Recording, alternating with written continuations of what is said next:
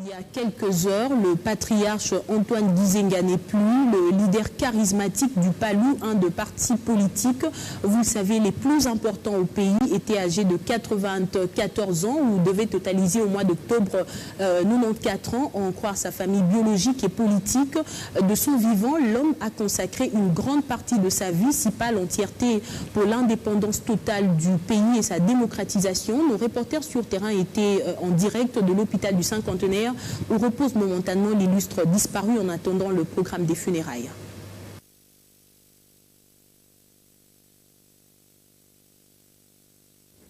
Et à nos militants du Parti Lumumbis Unifié, le décès de notre père, Antoine Gizenga, le patriarche. La rumeur qui circulait le matin au sujet de la mort d'Antoine Gizenga est bel et bien confirmée. Nous sommes devant la morgue de l'hôpital du Cinquantenaire. C'est ici qui est déposé provisoirement le corps du patriarche Antoine Gizenga en attendant la suite du programme qui sera communiqué par la famille qui est très attristée par cette nouvelle, une nouvelle qui ne laisse pas indifférent le membre du PALU. En tant que bureau politique, nous demandons aux militants et militants d'être calmes. Nous venons de perdre notre chef, notre guide. Et bien sûr que les textes du parti prévoient tout, mais suivant l'annonce de la famille, nous allons organiser le deuil de notre leader qui devra entendre les instructions du parti. Patriarche Antoine Gizenga est un homme public. Certainement que la République démocratique du Congo, qu'il a servi avec abnégation et avec engagement, prendra les dispositions officielles avec le protocole d'État pour donner les programmes. Et cela sera annoncé à la face du monde.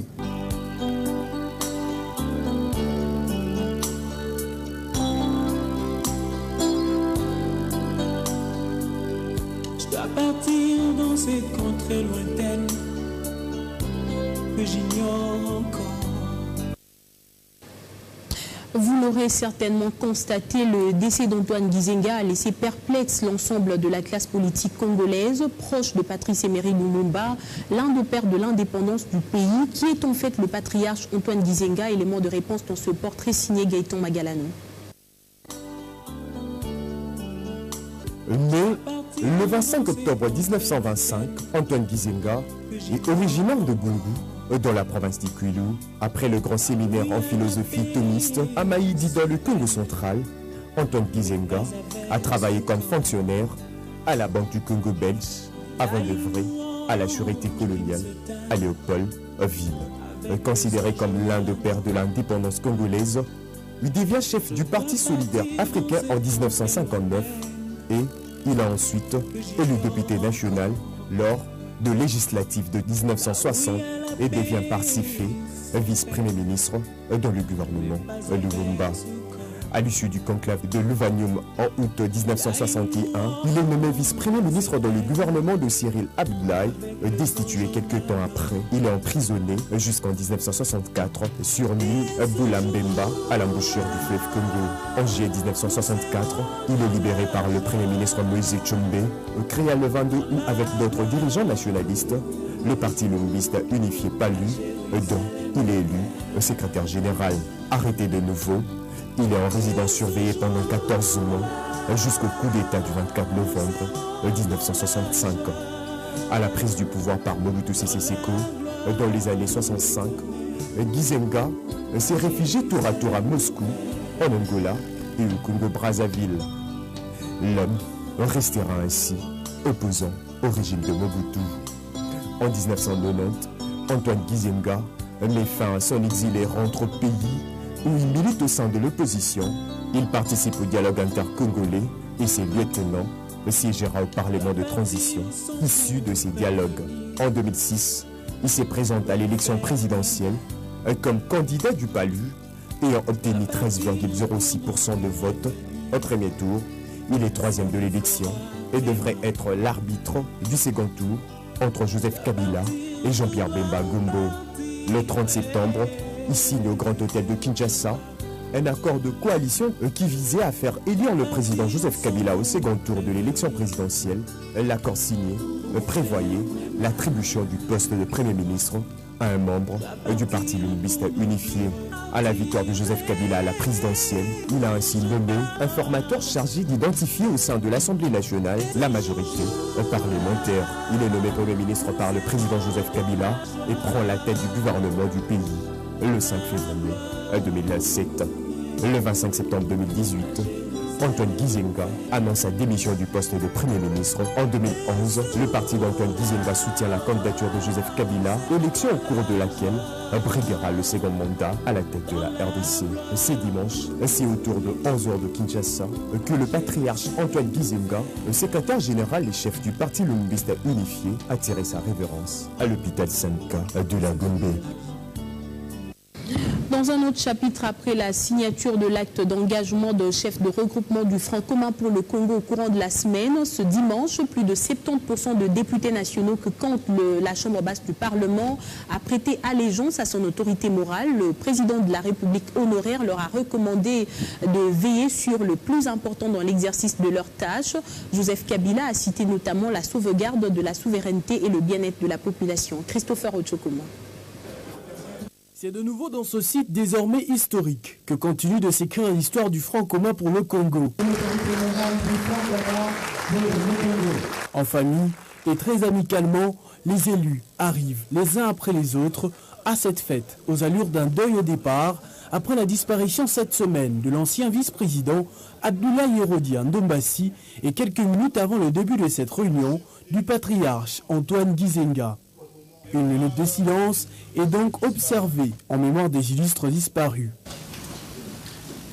Les modérateurs de la journée, Félix Kabange-Numbi et Joseph Kapika, passent alors la parole tour à tour à Oba Minaku, Modeste Bahati et José Makila pour présenter les 330 députés nationaux du Front commun pour le Congo, que son coordonnateur Némi Milania présente comme une armée prête à recevoir les ordres de son autorité morale, Joseph Kabila. Nous vous disons que c'est une démarche normale.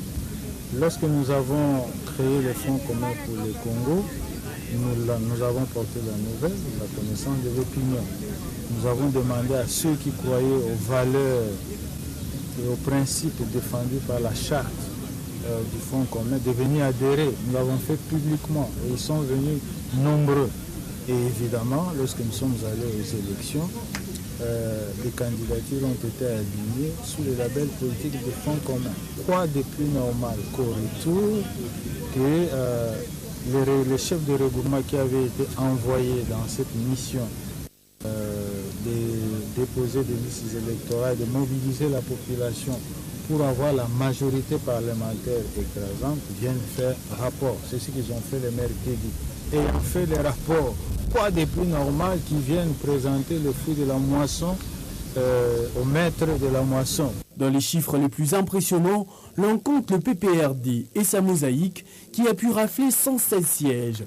La FDC est alliée 41, 30 pour l'AAB, 22 députés chacun pour l'AAA et AAABC, 21 pour ADRP, mais aussi 17 pour le PALU et alliés.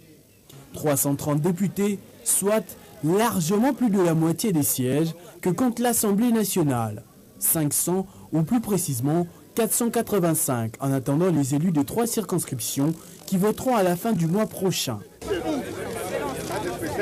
Vous l'avez suivi, ils étaient des centaines à répondre à cette invitation. Au total, 330, tel que l'a déclaré le coordonnateur de cette plateforme politique de gouvernement. Une rencontre au terme de laquelle ces hommes et femmes ont affirmé qu'ils ont bel et bien capté le message de l'autorité morale du FCC, d'où cet aveu de donner les meilleurs d'eux pour que le Congo rayonne davantage aux yeux du monde entier. Il y a les défis de loi, des réformes que nous devons voter pour le bien-être de notre population. Nous sommes venus comme députés nationaux du FCC pour être présentés officiellement à notre autorité morale, le président honoraire Joseph Kabila, et lui dire que nous sommes attachés à sa personne, lui dire toute notre loyauté, et il nous a donné des orientations claires. Vous savez que son cheval de bataille, c'est la souveraineté nationale. Le discours de réarmement, c'est un discours de consolidation de l'unité de la famille, et c'est un discours aussi d'orientation, puisque le chef de l'État développé son discours autour de 3 défis à relever. Il y a la sécurité, il y a la souveraineté de l'État, il y a le social, il y a l'économie, il y a la bonne gouvernance. L'autorité morale de l'UFCC nous a d'abord félicité. J'ai aimé une chose, c'est qu'il a d'abord insisté à ce que nous puissions implorer la volonté du Seigneur, de Dieu Tout-Puissant dans tout ce que nous faisons. Il nous a félicité pour les députés que nous avons produits. Et aujourd'hui, il a constaté que réellement, plus besoin d'avoir un informateur parce que la majorité vient de se démontrer déjà clairement. Nous sommes au-delà de 330 députés. Ça signifie tout simplement que les FCC conservent sa majorité et les restes ne seront que des conséquences logiques. A voulu remercier ces militaires, ces combattants, ces lieutenants.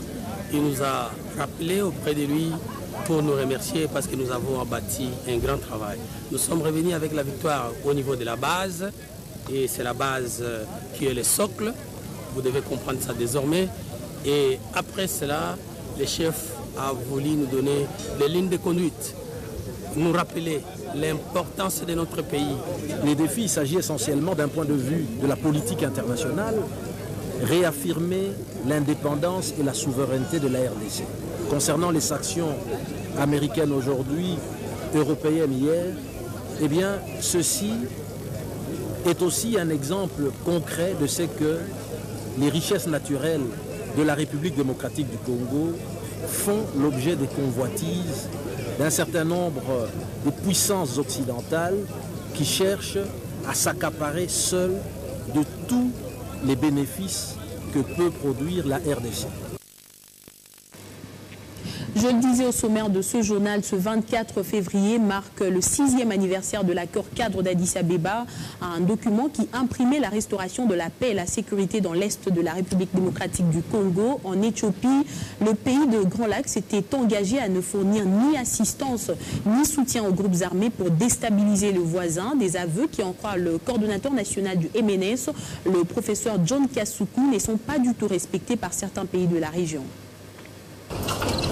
C'est en date du 24 février 2013 qu'avait été signé l'accord pour la paix, la sécurité et la coopération pour la République démocratique du Congo.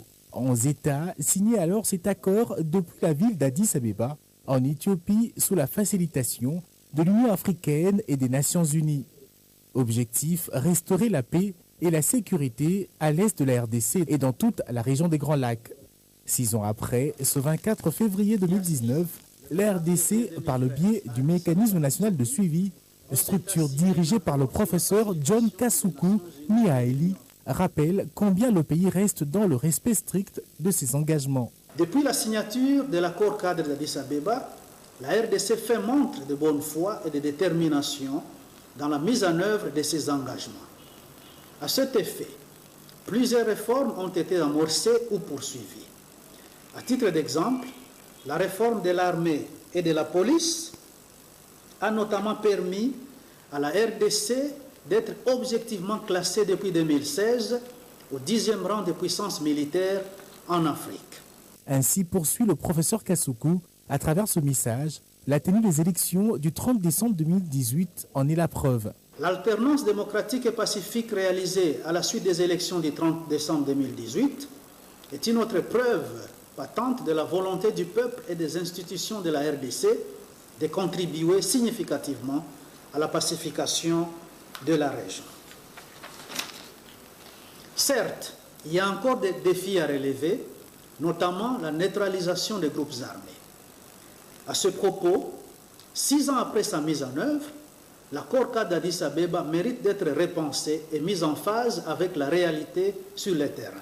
Une réunion de haut niveau des pays signataires est prévue en République démocratique du Congo, a annoncé le coordonnateur national du mécanisme national de suivi.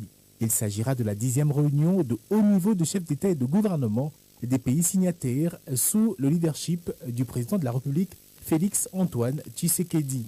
Cependant, certains pays signataires sont loin de se conformer aux engagements pris, a-t-il dénoncé. En effet, a expliqué le coordonnateur national du mécanisme national de suivi, certains pays de la région continuent d'héberger ou d'apporter un appui aux groupes armés, alors qu'ils sont signataires de l'accord cadre d'Addis Abeba. Ces groupes armés qui qui pourtant tue, viole et exploite illégalement nos ressources naturelles. On quitte Kinshasa, direction la ville de Kindu, précisément à l'université technologique Mapon. L'institution a reçu une visite exceptionnelle de préfets et responsables d'écoles venus de toute l'étendue du territoire national. Objectif, se rendre compte de la qualité de formation, de conditions d'études, mais également d'hébergement des étudiants. Question de se faire une idée précise sur cette université aux standards internationaux. Une visite de total 2 jours. Dans ce bus de l'université Mapon, des responsables d'école et chefs d'établissement venus de différentes villes du pays. Ils viennent de Bukavu, de Kinshasa, de Kisangani, de Lubumbashi, de Goma et de bien d'autres villes. Ils ont fait le déplacement de Kindu pour palper du doigt les réalités d'enseignement et d'hébergement des étudiants de cette université dont la renommée a dépassé les frontières congolaises. Une fois arrivés sur le campus de l'université, c'est au 2e niveau qu'a lieu la réunion de prise de contact avec le recteur de l'université. Et la visite peut commencer sous la conduite du recteur. D'abord, la salle de bibliothèque. Au passage, nous rencontrons Arline Mwanza, Suzanne, bénéficiaire de la bourse Mapon. Cette année, elle ne déboursera aucun rond. J'ai eu la chance d'avoir une bourse spécialement pour cette année. J'étudie gratuitement. La Fondation Mapon m'a pris en charge. Je bénéficie aussi à manger, le transport. La visite continue dans un des auditoires et les étudiants ont cours et une petite interruption pour présenter nos invités. Notre caméra tombe sur un étudiant. Il vient de l'Ouganda. Ce dernier appelle ceux qui désirent s'ouvrir au monde de la technologie à venir s'inscrire à l'université Mapon. I've never seen that in Uganda. That's why I'm calling upon all over my friend Congolese students that this is a really confident place. This is where you're supposed to come and to do your studies. It's really a very nice place. L'université Mapon dispose aussi d'un amphithéâtre de 550 places assises. Et c'est précisément ici qu'a eu lieu la cérémonie inaugurale. À l'université Mapon se trouve également un hôpital, l'hôpital de Lumbulumbu. Pas de panique en cas de maladie, tout est prévu. Mais qu'en est-il des étudiants qui viennent d'ailleurs? La réponse, l'université dispose des homes pour les garçons bien équipés et drastiquement éloignés de ceux de filles en cours de construction. Tout est bien qui finit bien.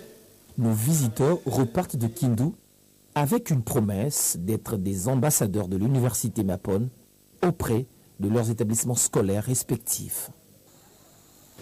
Dans un chapitre un peu plus similaire, clôture hier samedi à Lubumbashi de journée scientifique en hommage au feu professeur émérite Jean-Jacques Mwalaba Kasangana, une messe scientifique organisée par l'université de Lubumbashi en collaboration avec la fondation Mapon. Thème choisi, sortir de l'économie rentière en RDC, politique économique et réduction de la pauvreté en République démocratique du Congo. Intervenant à ces assises, Augustin Matata Pognon, en sa qualité de professeur, préconise la bonne gouvernance comme clé du développement, mais également une subvention conséquente du gouvernement de la République dans le secteur agricole en RDC en vue de réduire cette pauvreté. Les journées scientifiques de la faculté des sciences économiques et gestion de l'université de Lubumbashi en hommage au professeur émérite Jean-Jacques Mwalaba Kasangana se sont clôturées ce samedi en présence du professeur Matata Pognon Mapon, premier ministre honoraire qui, dans son exposé vendredi dernier, insistait sur la bonne gouvernance comme clé pour sortir l'économie congolaise de la logique rentière. D'autres panélistes se sont succédés ce samedi, notamment le recteur de l'université de Lubumbashi qui a permis aux chercheurs et autres intellectuels à réfléchir entre autres sur l'économie du peuple comme stratégie de la réduction de la pauvreté en RDC qui suppose un régime d'approvisionnement faisant un focus sur l'alimentation, mieux sur l'agriculture. L'intervention qui a suscité l'admiration du professeur Matata Pognon pour qui le secteur agricole mérite une subvention conséquente du gouvernement. Le secteur agricole, qu'il soit au niveau agro-industriel, qu'il soit au niveau des petits groupes, comme vous l'avez dit, au niveau de l'économie,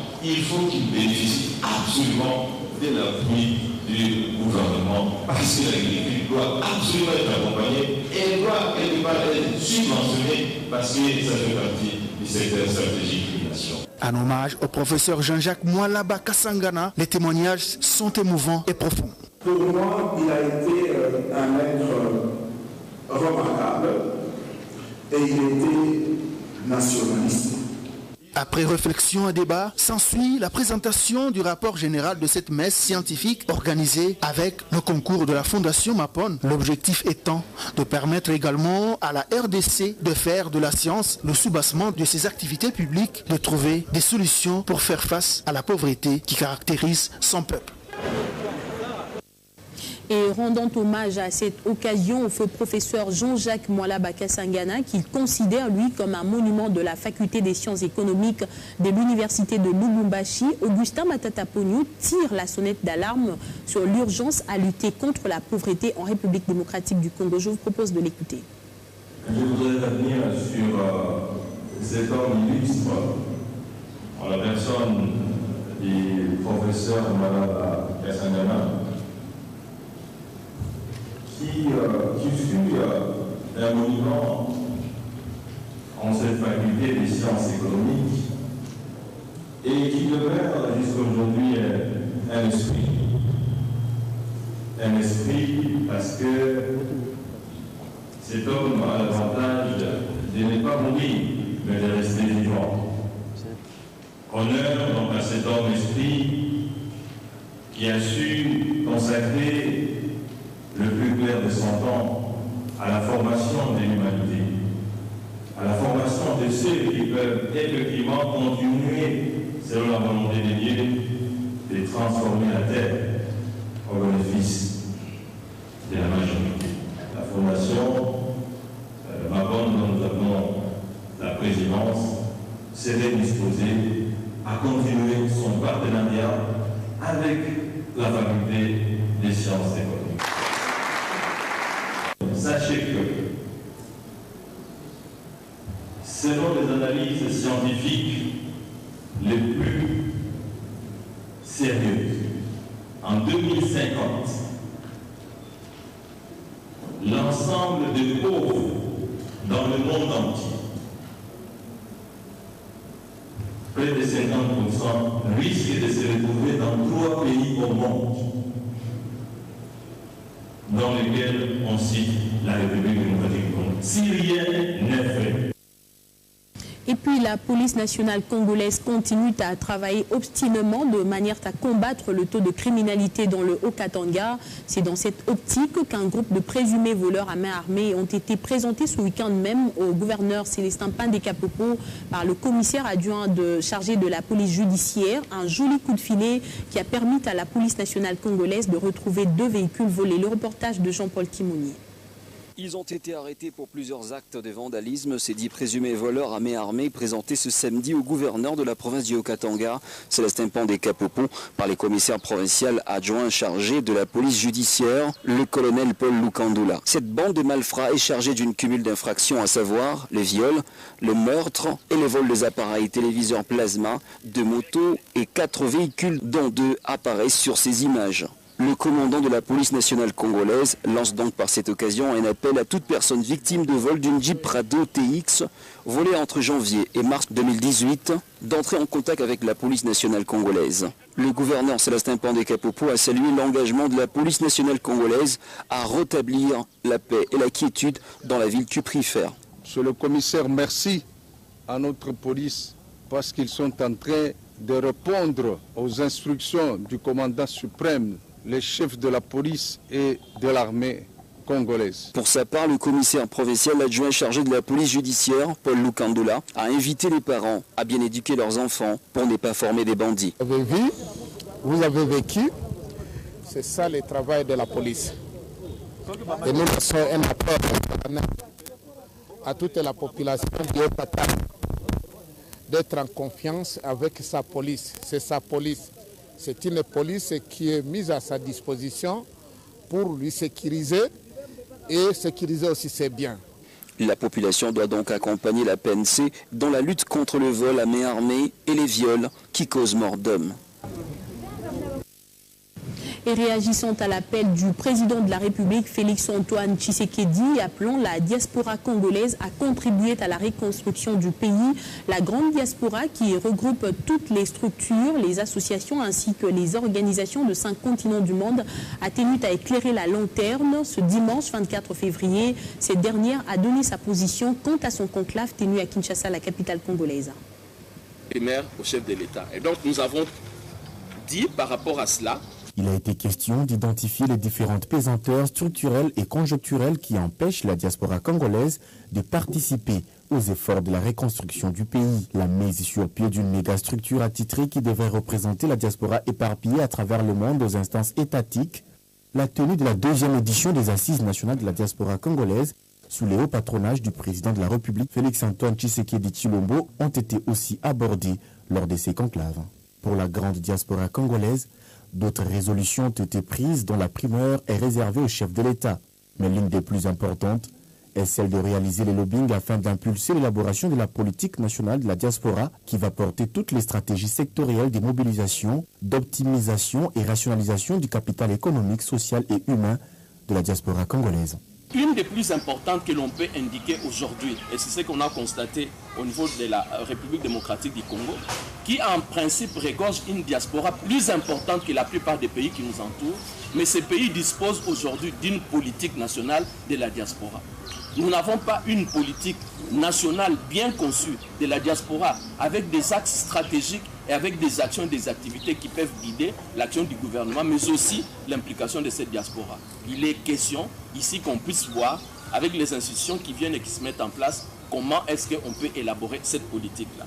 Exprimant sa volonté d'apporter sa pierre à la reconstruction du pays, la diaspora congolaise, estimée à 9 millions à travers le monde, a formulé également des propositions idoines sur les faiblesses institutionnelles au sujet de l'encadrement de tous les Congolais vivant à l'étranger. Toutes les associations, les structures ainsi que les organisations des Congolais vivant à l'étranger ont préconisé que le poste réservé au prochain ministre des Congolais de l'étranger revienne à l'actuelle diaspora. Enfin, dans sa diversité, la diaspora congolaise a encouragé l'allègement des conditions d'obtention de visas pour des Congolais d'origine vivant en dehors de nos frontières. On change carrément de chapitre. Les nouvelles technologies de l'information et de la communication peuvent contribuer au développement de tout un pays. Assurance de El Bienvenu Mopulunga Ikaka, expert dans le domaine de NTIC pour la République démocratique du Congo, le patron de Big Radab Group Technologies a démontré la nécessité d'implanter un système, son système SIMP, pour le contrôle total non seulement des institutions mais aussi de la population congolaise tout entière. L'évasion fiscale pratiquée par des multinationales et autres opérateurs économiques en RDC coûte en moyenne 15 milliards de dollars par an à l'économie nationale, des chiffres effrayants avancés par Luzolo Bambi, conseiller en charge de la bonne gouvernance et lutte contre la corruption de l'ancien chef de l'État. Et si les autorités tentent d'y pallier afin de faire face aux besoins du développement national, un fils du pays a quant à lui une solution innovante qu'il tente de proposer. Les SIMP, système intégré multisectoriel permanent, qui passe par l'informatisation des systèmes de régie financière sur l'ensemble du pays. Le nouveau système de perception, de transmission et de processus de taxes, de centralisation de données, de travailler, de faire l'audit. Donc si on donne un système intégré, ce système va le permettre, par exemple, aux percepteurs de taxes, d'avoir une base de données qu'ils pourront contrôler. La CGT peut aujourd'hui faire des manœuvres, commettre des fraudes, et par après changer même son identité, aller faire d'autres business. Qui va le suivre? Nous sommes limités. Comment contrôler la CGT? Comment percevoir les taxes? SIMP prévoit tout ça. Nous avons les SIMP taxes. Les faibles recouvrements des impôts et les maquillages des comptes des sociétés opérant sur les territoires nationaux affectent très profondément l'économie congolaise. Une situation qui peut être évitée si l'État perçoit correctement des multinationales les fonds colossaux qui lui échappent chaque année. Voilà ce qui permet, entre autres, SIMP. On ouvre la page sportive de ce journal. Championnat national de la Ligue 1 d'abord, annoncé pour un choc de la 21e journée. Le derby quinois entre les deux équipes de la grande famille vert et blanc a finalement tourné à l'avantage du Daring Club Motema Pembe au cours d'un match âprement disputé où les ratés ont été vécus, vous l'avez vu, des parts et d'autres. Chacune des équipes a eu droit à sa mi-temps. La deuxième, dominée par les hommes de Papi Kimoto, sera finalement capitalisée par les Immaculés qui trouveront la faille à la 82e minute, grâce à Vini Bongonga. Score final de ce choc, 1-0. Du coup, cette victoire permet au Daring de consolider sa 3e place au classement. Toujours en sport, une autre discipline, c'est la boxe. Avant de nous quitter, initialement prévu pour ce lundi 25 février, le championnat national de la division de boxe auront finalement lieu le mardi 26 février prochain. Selon le bureau exécutif, ce énième report est consécutif à l'arrivée tardive de beaucoup de délégations provinciales à Kinshasa, la capitale congolaise. Nous y reviendrons. Bienvenue si vous rejoignez Télé 50, c'est parti pour le rappel de principaux titres. Antoine Gizenga n'est plus le leader charismatique du PALU, un des partis politiques les plus importants au pays, est décédé ce dimanche 24 février, âgé de 94 ans.